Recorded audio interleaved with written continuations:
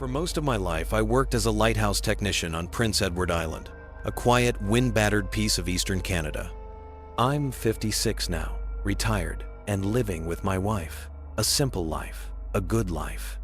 And yet, every night, I still return to the lighthouse. It's my way of giving back, of keeping the coast safe. I check the tower, make sure the light burns bright, and then I sit at the top with a book while the waves crash below.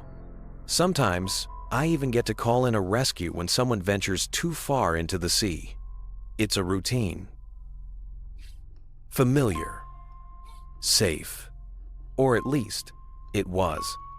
That night started like every other. The gate to the trail was locked, the air carried its usual salt-drenched calm, and the massive tower stood proudly in the dark, cutting through the mist with its faint beacon. But as I walked closer, a strange calm wrapped around me. It wasn't peace, it was more like a trance. My steps grew heavy, my thoughts dull. And in that fog of thoughtlessness, I missed things. Important things. The ground was littered with debris, shattered electrical panels, broken tables and chairs. Even the husk of a small boat dragged impossibly inland, its hull dented as if crushed by something enormous. The earth bore drag marks, gouges, displacements of soil, as if something had crawled across the land. But I ignored it. The air was damp, the night was long. All I wanted was to finish my shift and go home. When I finally reached the tower, the trance broke. It was like stepping out of a dream. The lighthouse looked the same, but wrong. Its walls seemed off-colored, almost bruised. The surrounding fence was torn and weather-beaten, as though decades of decay had eaten it overnight. I shook my head, told myself it was just exhaustion, just a trick of the mind. And so, I climbed, step after step, until I reached the very top. That was when it hit me. A gut-deep feeling. A pressure that screamed, louder than thought, louder than reason. Something is wrong. Not the kind of wrong you can ignore. Not a misplaced key or a forgotten word. Number. This was the kind of wrong that makes your heart pound in your throat. The kind of wrong that makes every instinct in your body shriek at once. I checked my hands, counted my fingers. I wasn't dreaming. I paced around the tower. Everything was there. My books, my lantern, nothing missing.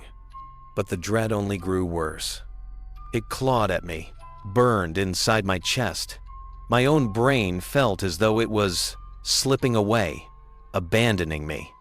And then, I heard it. A sound, down on the sand far below. A wet, dragging noise. Like claws carving through grit, like bare feet grinding into wet sand. And when I leaned over the railing, I saw it. A handprint. Not human, not possible. It sprawled across the beach, large enough to match the lighthouse itself. 5 fingers, stretched, spread wide. And in the center of that colossal palm lay blood, fresh, thick, seeping. As though someone had been crushed flat beneath it.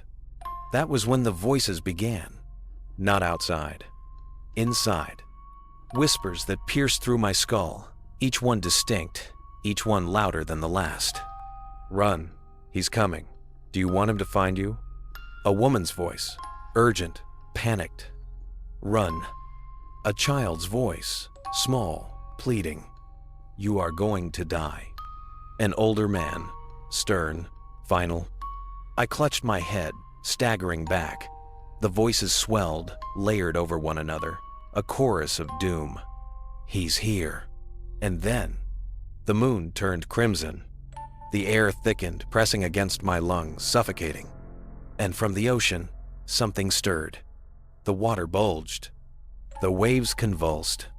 And then, it broke. A hand. Enormous, deformed, yet human. It tore through the ocean's surface, scattering blackened waves as it clamped down on the beach. And with a guttural groan, something else followed. A face. A colossal human face. The skin pale, the eyes a deep, glowing red. The teeth perfect, pristine, gleaming in the moonlight as the giant rose higher, looming over the lighthouse. It stared at me, unblinking, silent. And in that silence, the ocean churned to blood. We stayed like that, man and monster, locked in a half hour of pure, paralyzing stillness. And then it spoke. Not aloud, not with lips, but with a whisper that rattled through my bones. The man was not ready for what he saw. Its face leaned closer.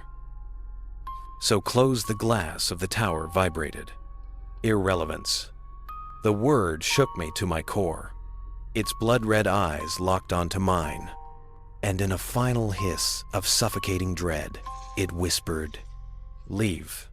I blinked, and just like that, it was gone. The moon pale once more. The sea calm. The handprint vanished. The dread dissolved. But floating in the water, a body, crushed, motionless. And I couldn't move. Not for minutes. Not for hours. I just stood there, staring into the endless black of the ocean. It has been a week. 7 nights since that encounter, and I still don't know what to believe. Was it real? A dream? A curse? All I know is that I saw it. I felt it. And now, I don't know what to do. Tell me, what should I do?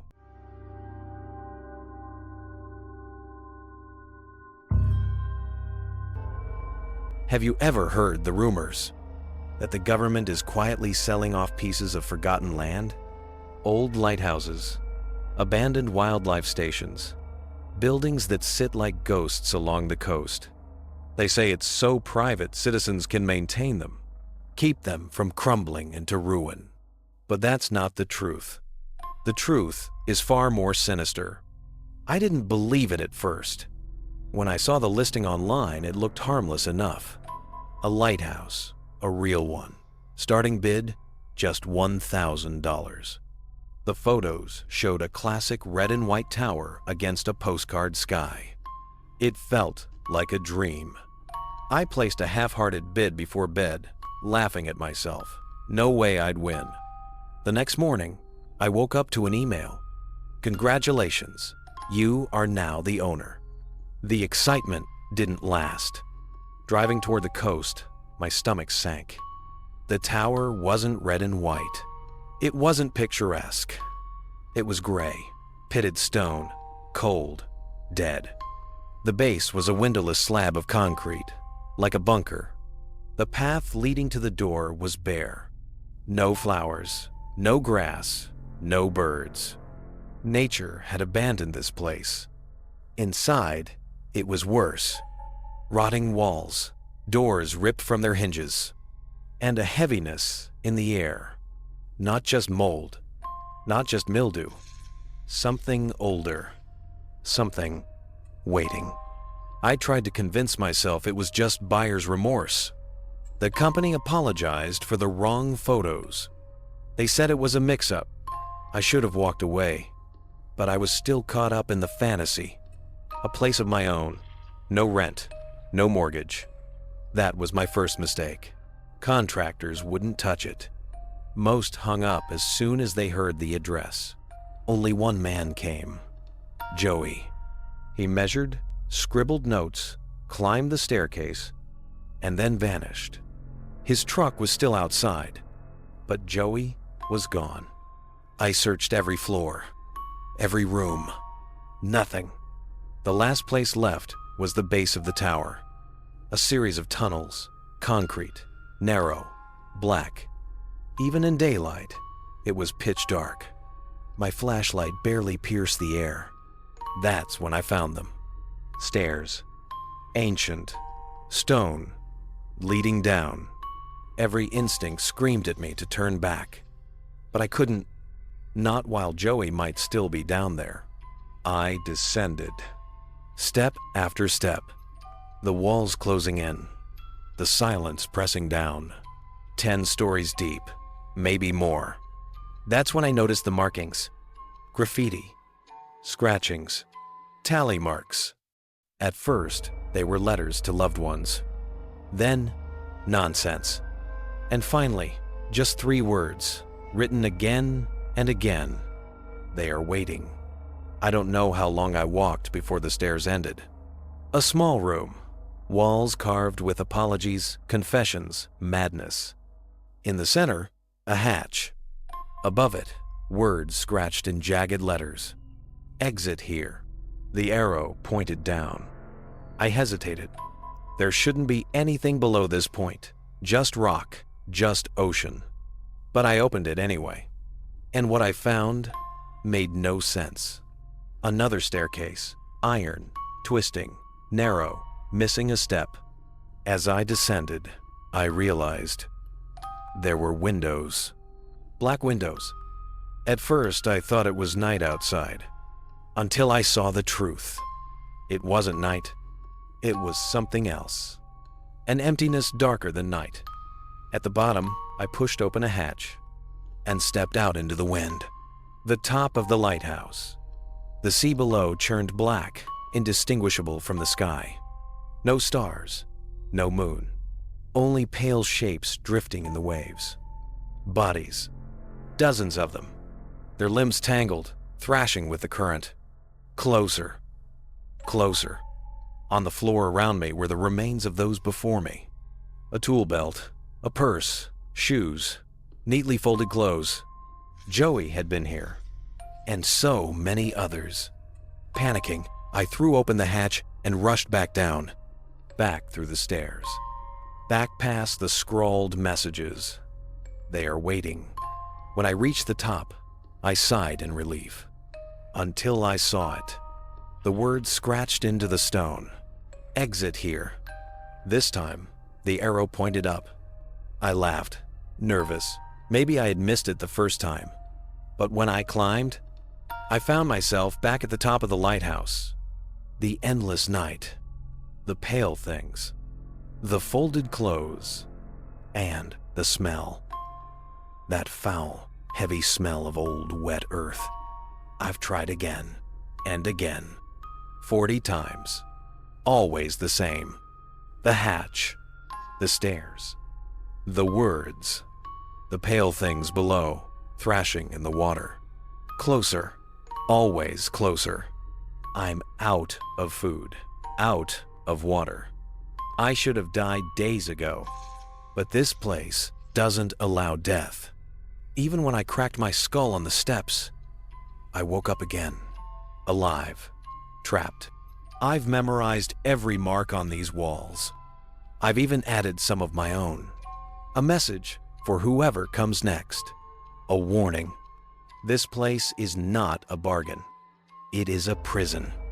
And there is only one true exit. The sea. The pale arms reaching. The voices whispering. Waiting. Always waiting. If you've made it this far, you know the sea holds more than just storms and shadows.